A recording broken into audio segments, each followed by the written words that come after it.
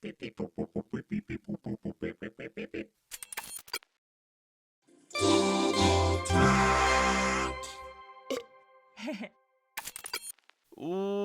up, all you doodles and doodlers out there, you schemers and dreamers, and welcome back to another episode of Doodle Talk.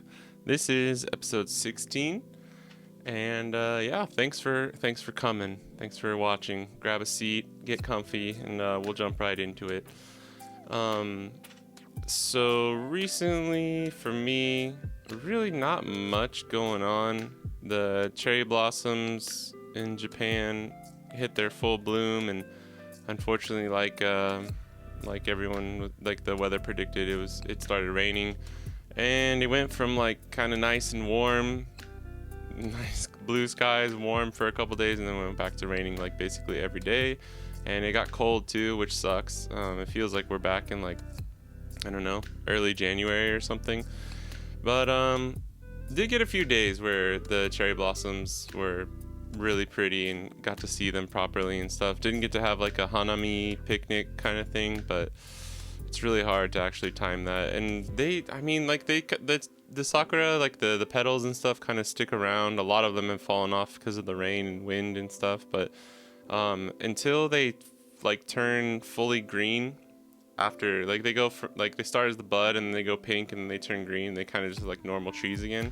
So, I mean, you're not going to have like the picturesque kind of bloom thing going on, but if you want to still go out to the park and have a nice picnic or something, you'll still have some remnants of enough pink and stuff like that. You can get a good view of them if you want to go and do that. But yeah, kind of unfortunate that it's raining just because it's like, I don't know, the beginning of spring too, and then it's not like a spring rain where it's like happy and sunny outside. It's like a winter rain, like a fall rain, like came back in. So that kind of sucks. But I think it's supposed to start warming up again, and hopefully the rain will be stopping for a bit because pretty soon it'll be rainy season in Japan, which is even worse. So hopefully we get a few more weeks of nice weather before all that fun time starts happening.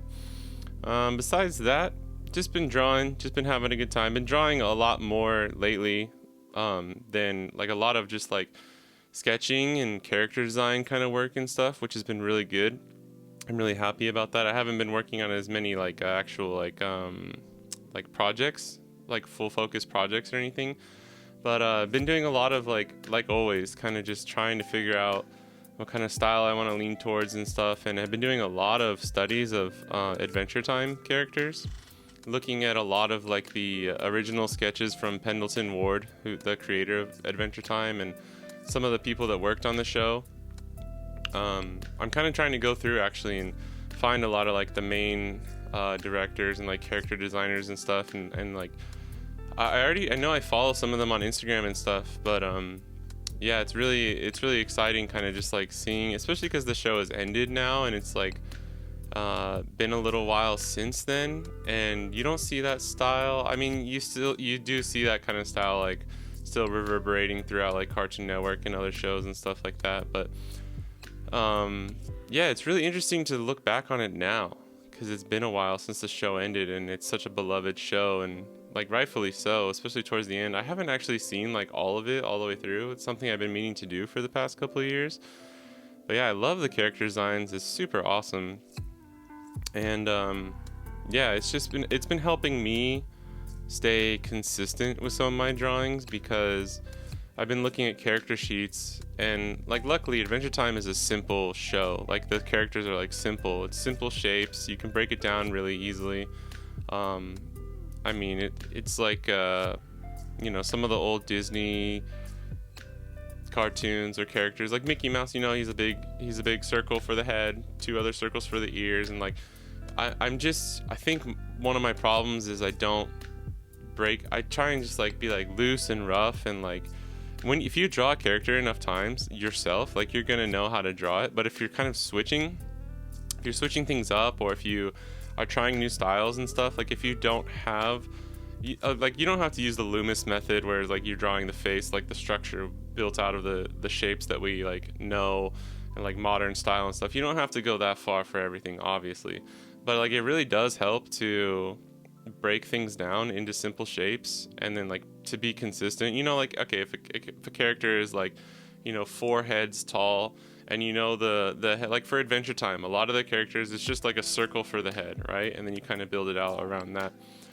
And if you know, like, okay, it's a kind of a bean shaped body, which is very common. This isn't like anything new. This is from like all the way back in the day, from like, you know, um, Looney Tunes, Mickey Mouse, Disney, all that stuff, like Frizz Freeling and all those like classic animators and stuff. Especially with animation, the way you get consistency with your drawings is by blocking things out with simple shapes at first, right? So, and this is something I know, but it's really hard unless you like, if you don't sit down and like actually practice it, or like as in like use it as one of your practices of like how you draw, then you will just kind of get, I guess the way I like to tell myself is like, you're getting sloppy, where you're like, you're not, none of these drawings are consistent or as consistent as you want them to be, because you're not sticking to one style, you're not sticking to one thing. And one thing that I've found that really helps me with that is just like looking at character sheets. Like before, so Adventure Time is kind of like my jam right now. I'm really loving these designs, and it's clicking with my own style, where I'm like kind of able to like take bits and pieces of it and use it for my own style in that kind of way. But before that, I was looking at a lot of Shin-chan, Crayon Shin-chan, this guy. I was looking at a lot of those character designs and stuff, because it's such a simple, it's like Adventure Time, it's like such a simple character design, all the characters, and you know, simple faces and stuff like that, but you can get so dynamic with the poses, especially Shin-chan. Like if you watch some of the movies where they have more budget for animation and stuff like that, like it's amazing. It's crazy what you can do when, even if you have a simple 2D character, when you're breaking it down in a 3D space, like you can get all these really awesome, cool, dynamic poses. And people have a misconception where like a simple style can't be complicated, but that's not true. Like you can take a simple style and like make it super complicated if you use like foreshortening and mess with the perspective of where the character is standing, or like, you know, exaggeration and stuff like that. Adventure Time, they exaggerate hands and stuff, or arms like crazy, you know, they're kind of like noodles at times. And yeah, it's just really cool sitting down and breaking those things down. And I mean, it's such a good thing for like studying and stuff, right? But for me, the main thing I'm really trying to get better at is creating blocking shapes, creating guides that use simple shapes to create characters with consistency. And that's what I'm working on right now. And it's been really fun, and I'm having a good time. I think I'm learning and like not being afraid to just like committing to something. And this is kind of going into the topic that I want to talk about today, but it's like not being afraid to just commit to something, and knowing that like styles and stuff like change over time, so you don't really have to worry too much about that. And that'll lead me into what I wanted to talk about, because like last week, I wanted to pick a relevant topic of kind of what has been on my mind recently, and just kind of share my thoughts on it. And one thing is, like, I touched on this, I believe, maybe in the last episode, but I know I've touched on it before, is like decluttering your brain when you feel like you have too many ideas or too many things you want to create and you don't really know where to start.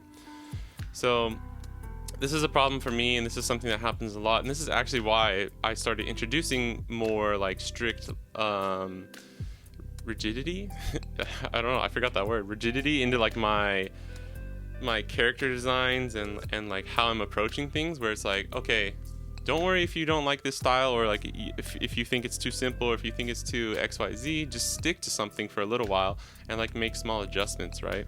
Because otherwise you don't commit to things. You don't like, we won't actually start something. Because that's a huge problem for me, is I'll have this really cool idea and be like, oh, I can't wait to start that. And like the pre-planning phase and stuff like that, coming up with character designs, or like settling on a character, or like the way I'm going to draw something, can leave me in limbo for like months at a time. And it's really, really bad for productivity, and really, really bad for like just creating things in general. The little animation, like the let me do it for you, like the Borzoi dog Link little short animation that I created, I literally was just like, just started drawing. I just started storyboarding it in like an hour. I blocked it out and stuff, and it was not a style I normally use. It was just like really crude kind of like simple animation. And the thing with animation too is like sometimes you're looking at the frames one by one, you're seeing the nitty gritty, but when it's animated, it's more forgiving, you know? It's not an illustration where you only see one frame the whole time, right? And that's something so awesome about animation, is you can kind of get away with things. Like you've probably seen like I don't know, like certain blur frames and stuff. There's a famous one from Naruto where Sasuke's neck is like he's fighting Orochimaru in the forest or whatever. It's like a pretty famous frame. I'll try and put it up there. But yeah, stuff like that is like, and you wouldn't notice that unless you pause it on that one frame exactly, right? So certain things like that I have to just keep telling myself, because I just get to this point where like I won't even start doing it because I don't know how or where to start. And part of the problem is like I have a lot of different ideas and I have a lot of different things I want to work on, and it gets to a point where like I'm just sitting here sometimes and I'm like, God, I wish I was better at like just having a niche that I can stick to. This goes for like art, also like YouTube videos and stuff. Been kind of struggling like figuring out what I want to do. I had a lot of fun making the iPad XP Pen like tech review comparison one, but I don't have the means, or I don't really want to make a ton of videos like that, but it was fun making that video. It gave me some other ideas and stuff like that. And I know I'm just experimenting and coming up with a lot of ideas, seeing what works for me, what doesn't. So if you're like me, where if you're in this phase of kind of like you're committed to doing something, but you're just not exactly sure where it's gonna take you just yet, like don't worry, you're definitely not alone. And I feel that way. It can be like disheartening and stuff a lot. Yeah, this past week it's funny because I've had so much like a little bit of a breakthrough with my like drawing and stuff like that. I've just been more motivated to draw. Like literal just drawing time has gone up a lot, and I still have so many like animation drawing art projects that I want to make, but I've been falling down a hole of like, man, I don't even know exactly where I want to take my YouTube channel or what I want to do with this. So it's like a weird like up and down at the same time. But you know, these kinds of things happen all the time. You just got to stay motivated and you just got to just keep doing it. But like I said, like I do find myself thinking, man, I wish I had a niche that I could stick to or like really go for. And part of the problem is like it's, you know, it's kind of like an excuse to say something like that, or like, you know, kind of like a cop out. But at the same time, if you're feeling lost or you're not sure what you're gonna do with your art and stuff, like that's totally normal. I don't think you should penalize yourself or like beat yourself up over it, but you do need to realize that there's probably some things that are like blocking you from doing that, and that's the main reason. So like I said before, one of my problems is I just don't stick to something, so I don't have the construction, the fundamentals there when I need to start working on it. Like, oh, if I can't decide on a character design, I can't create a character, or I can't create an animation or something like that, right? So that's a fundamental problem that's just blocking me from doing whatever kind of thing I want to do. And then you look and you go like, okay, well, how do I solve that? The answer is, you know, pick a style, find a simple enough thing that you can start with, so that you know how to like build the body, build the head every time, you know how to have consistency with your characters, and then you go from there, right? So the other thing too is if you're just like not sure where to start, which is the kind of what I decided on right now, right, is like, okay, just don't be precious. Me and Eric talked about this quite a bit in our podcast with him, and it was really good. It was really good advice, because the main thing he said, and I totally believe this as well, is like, don't be precious with your art, especially on YouTube if you're trying to like make videos and stuff like that, right? So I'm trying to remember to be conscious of that. And the thing to remember on top of that is like, if you're an artist, you know this. If you're a musician, you know this. If you're a creative person of any kind and you're like striving to be better, you know this feeling that you're always going to be your worst critic. You're always going to be more critical on yourself and your art than other people are going to be. And it's such a shame. It's like such a like the Japanese words like mottainai, like it's such a waste to expend energy on this too much, when in the end it's like, it's not that nobody cares, right? It's not like just do whatever you want because nobody cares. But it is like, don't be too precious and don't be too critical of yourself, because in the end, most of the time, something like preference is so real, it's so varied, you know? So like a lot of the times you could draw something like an animation in a style that you think like sucks, and when you finish you're like, oh, that sucks, like I don't like the way that turned out, but someone's gonna like it, you know? You took the time, you took the effort. The main thing is like, as long as every element isn't just terrible garbage, like there's someone who's gonna find value in it, right? Or someone who's gonna be like, hey, I actually like that style, you know? It even happens with me with my own preferences over time, where like I've seen a show or a movie or something, I'm like, I don't really like that style, and then maybe like 6 years later I'm looking back on it and that becomes like my favorite style and something I'm studying and like practicing and replicating in my own stuff.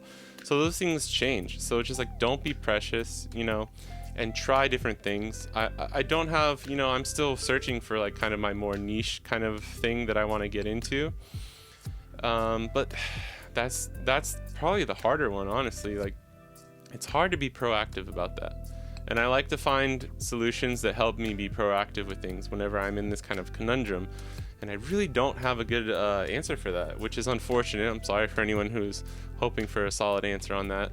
But this is more like, I mean, this episode is just me kind of thinking out loud here, just letting you guys know where I'm at.